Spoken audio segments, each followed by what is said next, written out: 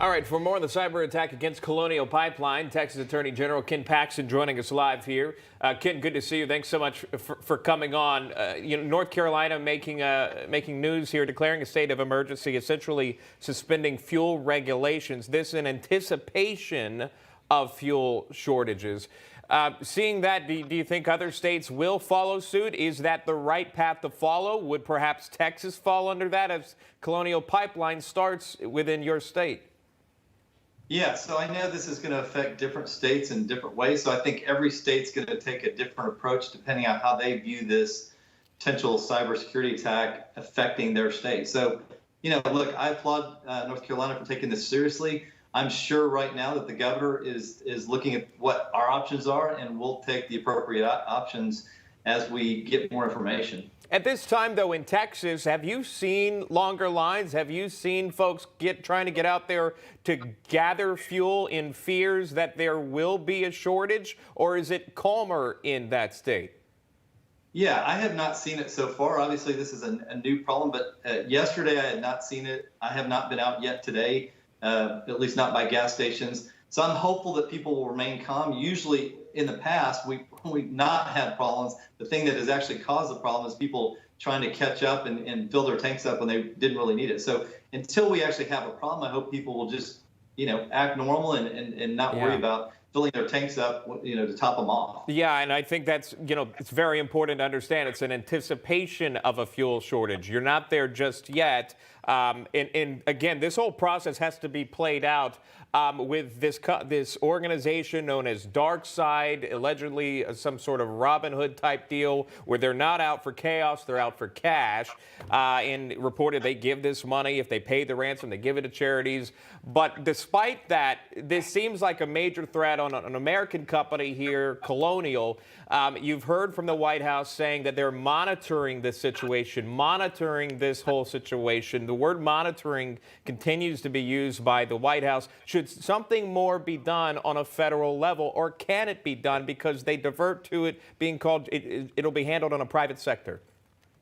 Yeah, I mean, this is a big problem. I think it needs to be dealt with on a federal level, a state level. Private businesses have to take this more seriously. This is a national interest problem that I hope the federal government will focus on helping private companies and helping state governments and making sure that our own federal government is secure, because clearly this is something that's happened, and it's going to happen more often if we don't prepare and protect ourselves. Well, we're talking about should they pay the ransom, should they not. The Deputy National Security Advisor for Cyber and Emerging Technology had this to say when questioned by reporters on whether or not the U.S. paid a ransom in the cyber attack. Here's that.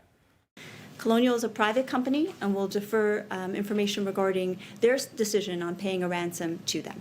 Would the administration offer any advice on whether or not to pay a ransom? So typically that is a private sector decision, and the administration has not offered further advice at this time. Given the rise in ransomware, that is one area we're definitely looking at now to say what should be the government's approach to ransomware actors and to ransoms overall. Liz? You can clearly see a separation, again, and kind of what you're talking about on a federal level, separating from the private sector and how they have to handle it. But all in all, just getting back to that point in Emerald's report about the infrastructure package that the Biden administration and so many other Democrats have been pushing for, does this situation help to push a need, to facilitate a need for an infrastructure package? Because you could put ideas of beefing up cybersecurity within that. Yeah, I think this is a great idea. I think definitely make it part of the infrastructure package, and then maybe provide a way to help companies not have to pay this ransomware. In other words, provide resources and provide an opportunity that allows them not to have to deal with these companies. The only way to stop this is to protect private companies, state government, federal government from having to pay these ransoms, because if there's no ransom, then this no longer is a problem. All right, final thing I want to get to you, and a lot of people watch this video, and this is something we've seen for more than a year now, situations escalating. It happened in Texas. What am I talking about? Well, in Plano over the weekend in Texas, a driver forced to confront a group of BLM protesters stopping traffic. Watch this.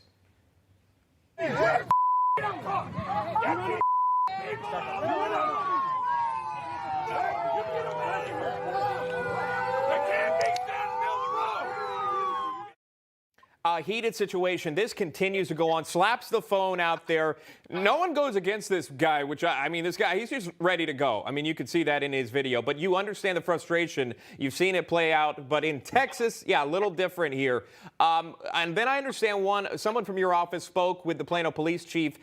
Here's what he told your deputy. It says the chief was anxious to excuse the rioters. You have to understand the situation, urged the chief. We have to negotiate with these people. Do you expect us to mass arrest these protesters? You know that's not going to happen.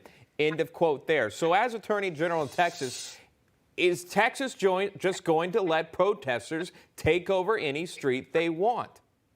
Look, I have a concern. This is a contiguous city to where I live, McKinney, and I had my deputy attorney general call the police chief to try to understand what was going on and what his rationale for letting this happen. This is a violation of law. That police chief has a responsibility for the safety of those people. And when you can see that's a major intersection with a freeway, there's a lot of people going through there. And this is going to be a huge problem if they don't stop it, because you get the risk of people being run over. You've got the risk of people just being hurt in general. And then you see what's happening. Tempers are flaring. They have to follow state law. The police need to enforce law and let these protesters, they may have a legitimate protest, but they don't need to be doing it in the middle of a highway or a road. No, and again, just what you said, when you have those the emotions escalated, this man got out of the truck and he was ready to go. No one pushed against him, but that is not always the case. You've got folks behind the wheels. If someone's that frustrated, Lord knows what would have happened at that time. A lot of folks are seeing this, wondering what's going to happen there. Again, Texas residents on edge in that area in that specific moment. So we'll continue to follow that and how that's handled there by the police chief. Ken Paxton, though, Attorney General there in Texas, joining us live. Ken, thanks so much for your time. We appreciate it. Absolutely. Have a great day. Too. Hey, I'm Rob Finnerty. Thanks for watching. If you enjoyed this video, please join the conversation in the comments below. Don't forget to subscribe, too. Hit the bell icon to be alerted to breaking news. And remember, there's a whole lot more on Newsmax TV, America's fastest growing cable news network. Newsmax TV, where real news for real people.